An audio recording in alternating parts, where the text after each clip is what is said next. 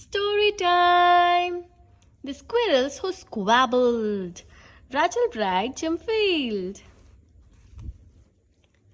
In a towering forest where summer had been, the cool air bit fresh and the mosses grew green.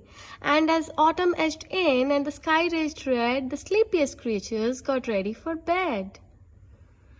While up in a tree swung a flighty young squirrel who everyone knew as a spontaneous Cyril. Now most foresty folk had seen to their needs through the plentiful months of mushrooms and seeds. They had built up the stores so they would all be well fed through the frosting of winter that glittered ahead. But Cyril, he lived in the now and the here. He had adventured and partied his way through the year. So his cupboard was empty, his hollow was bare. He hadn't a mouthful of food anywhere. But wait, what was that? Over there, take a look.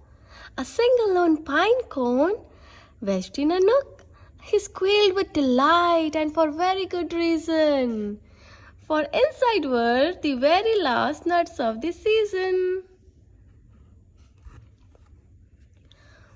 But Cyril wasn't alone. There were more hungry eyes. Yes, plan ahead Bruce had his sights on the prize.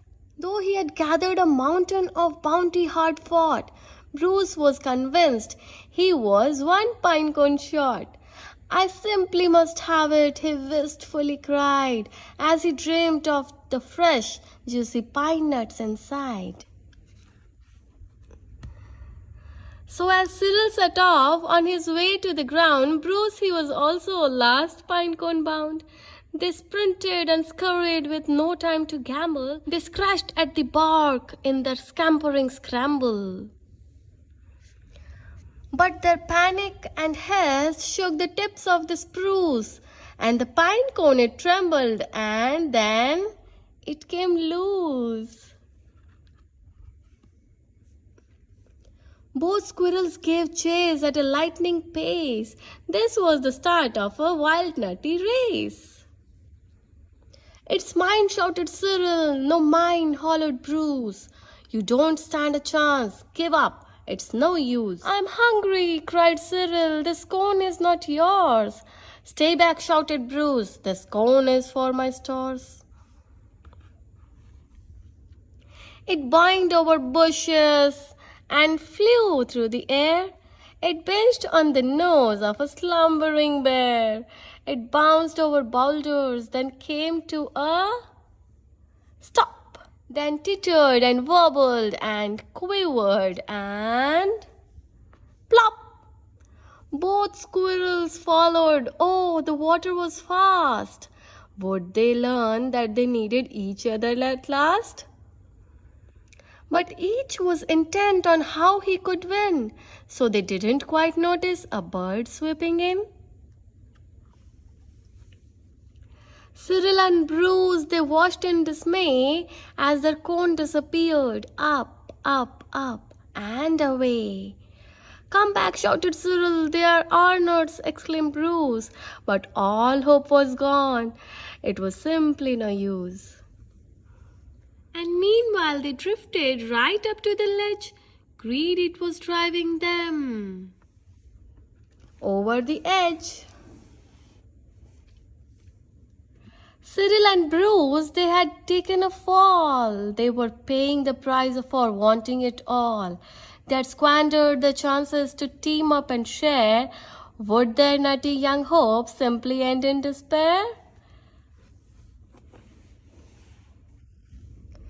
Bruised and bedraggled, they swept past dry land. Cyril grabbed at a branch with a trembling hand. Catching Bruce with the other, he heaved and he huffed and dragged him to safety with panting and puffs. They stared at the sky, quite lost in deep thought, until Bruce looked at Cyril and let out a snort. How silly we are, he proclaimed all a jiggle. How greedy I have been, spluttered Bruce with a giggle. We shall change from today, may the squabbling cease. We should celebrate saying we are both in one piece. From that day and forward, they made a great pair. They would gather together and found they could share. Yes, Cyril and Bruce, they knew in the end